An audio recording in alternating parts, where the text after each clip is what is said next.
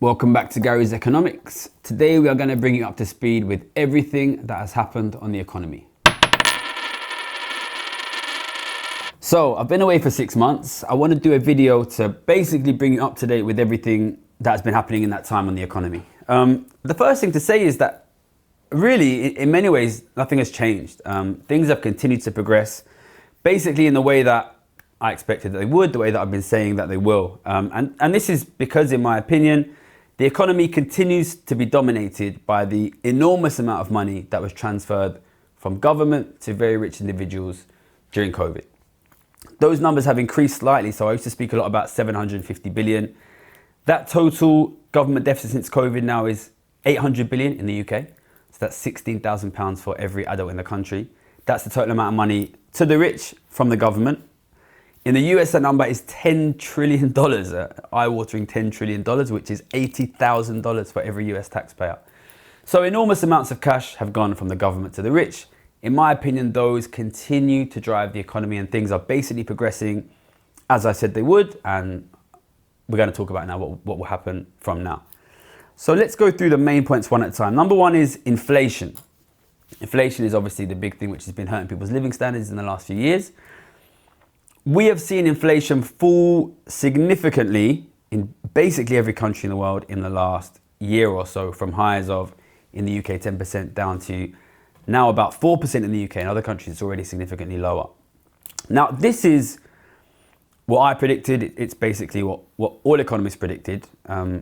We did a video maybe about 8 or 9 months ago when Rishi Sunak, the Prime Minister, basically said he would cut inflation. At that point in time, it was already very obvious to pretty much everyone that inflation was going to fall. So this is not a surprise to anyone.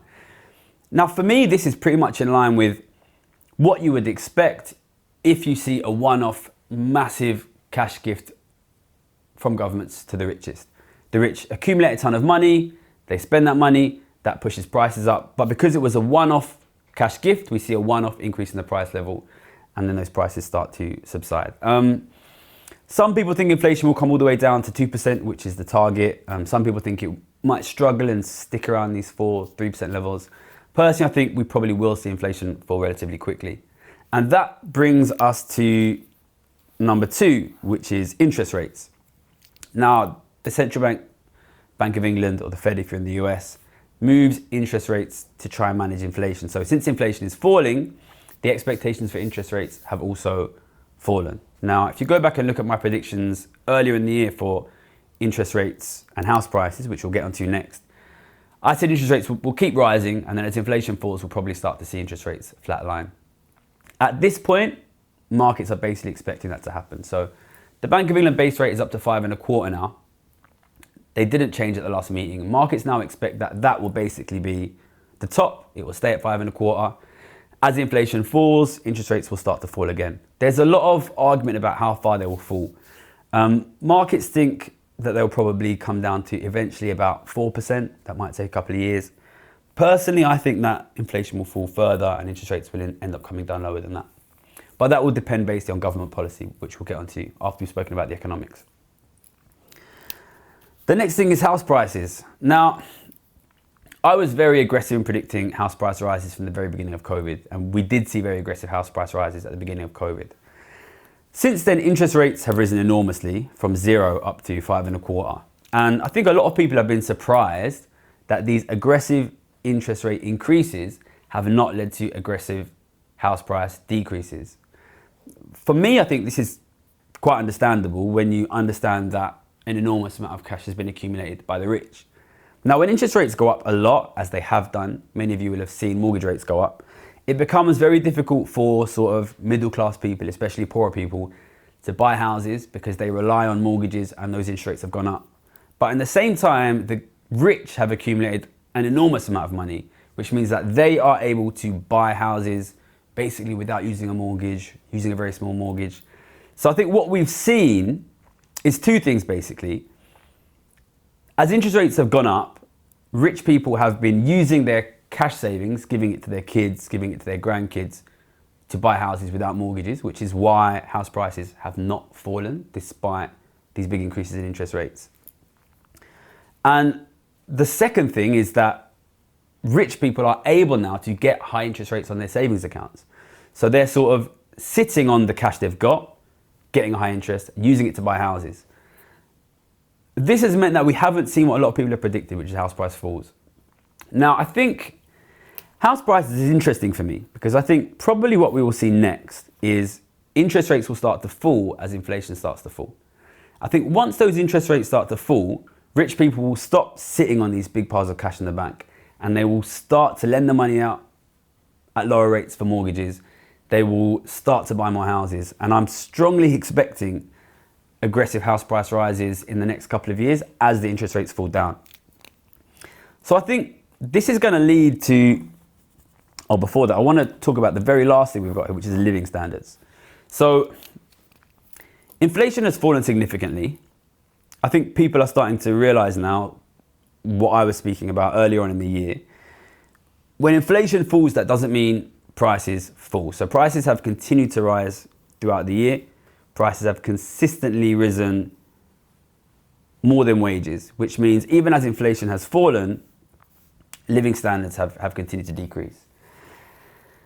The way I see it really is during the 3 years of COVID, we paused the economy and rapidly increased inequality. If you pause the economy and rapidly increase inequality, when you unpause the economy, it is inevitable you will see a significant fall in living standards. I think that is basically what we're seeing now.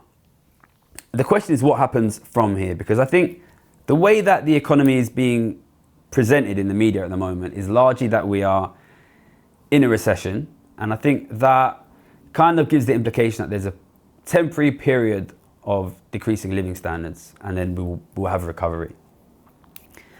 I think if you want to understand the long-term picture, it's important to understand basically the sort of second round effects of this large amount of money that has gone to the rich. So up till now, the rich, because they've been getting higher levels of interest, have been relatively happy to just sit on that money and accumulate the interest.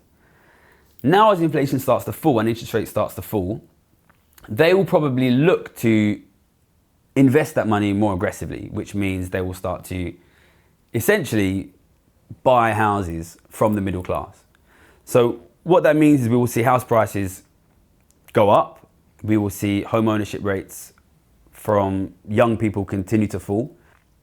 What we will also see is as the rich people look to use this money they've accumulated, and what we already are seeing, significant increases in rents, the prices of luxury goods, the prices of holidays. And that is again something you would expect when you see a massive accumulation of cash from the rich.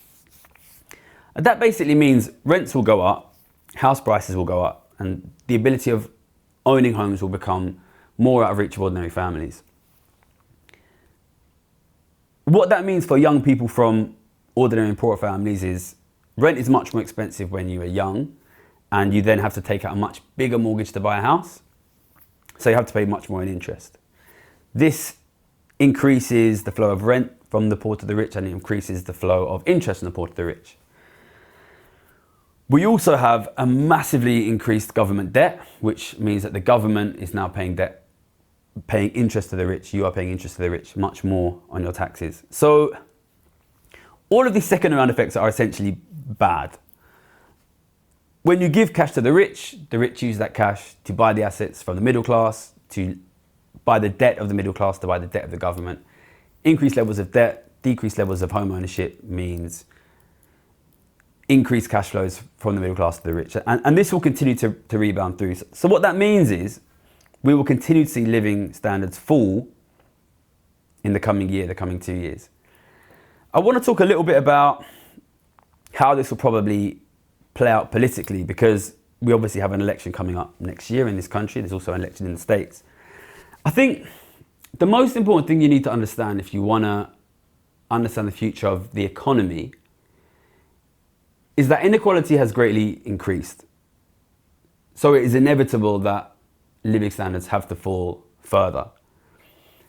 I think that will probably dominate the political environment for some time to come. I don't think any mainstream political parties at the moment are serious about reducing inequality, which means that inequality will inevitably continue to increase.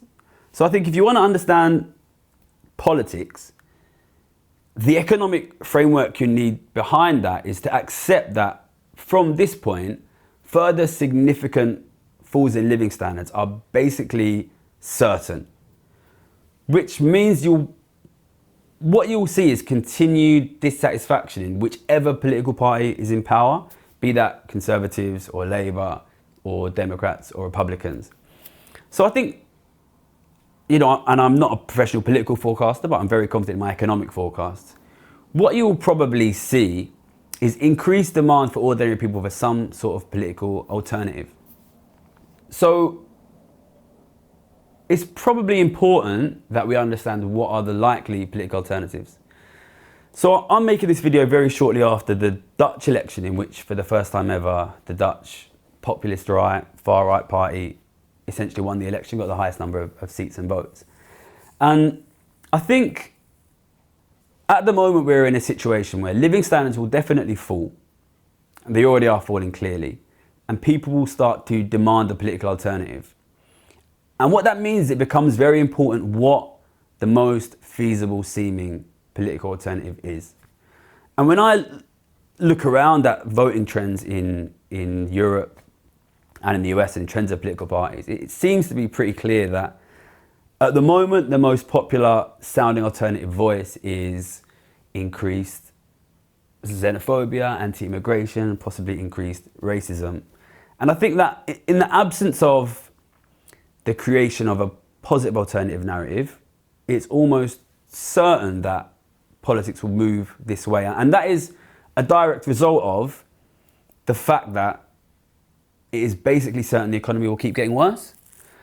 I think people are aware when the economy they're in is failing, especially as that stretches on 10, 20, 30 years.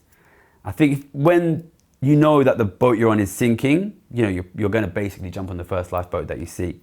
So I think what we will see from this point, further decreases in living standards, which could become quite fast, and further demand from ordinary people for an alternative in politics. And unless we can create a positive alternative, which says let's distribute wealth better, let's increase living standards, we're probably likely to move towards these sort of far right, anti-immigration, xenophobic sentiments over time. Of course, those political parties, they will also fail to improve the economy because they will not deal with the fundamental problem of inequality, which means that unless we create a positive alternative, it will probably simply shift further and further to the right in the search for something that works. So it's a relatively depressing message to be delivering at the end of the year, but I think it also makes it clear the importance of what we're doing, which is if we make it clear to people what's happening, which is that living standards will continue to fall, people will know that we need an alternative. And we need to make it clear the fundamental reason for the fall in living standards, which is the increase in inequality. If we decrease the inequality, we can improve the living standards. If we don't decrease the inequality, living standards will continue to decrease and politics will continue to move in more extreme directions. But the most optimistic thing I can say is the massive increase in inequality mean that we have massive opportunity to enormously increase living standards if we simply reverse the increase in inequality that we've seen. So, to conclude, the economy continues to be driven by inequality. All the main economic features, inflation, interest rates, continue to be driven by that. Inequality is increasing very quickly. If we don't decrease that, living standards will fall. If we take action, we can make things better. So support the channel. We're making lots more videos in the new year. Thank you for your support. Good luck.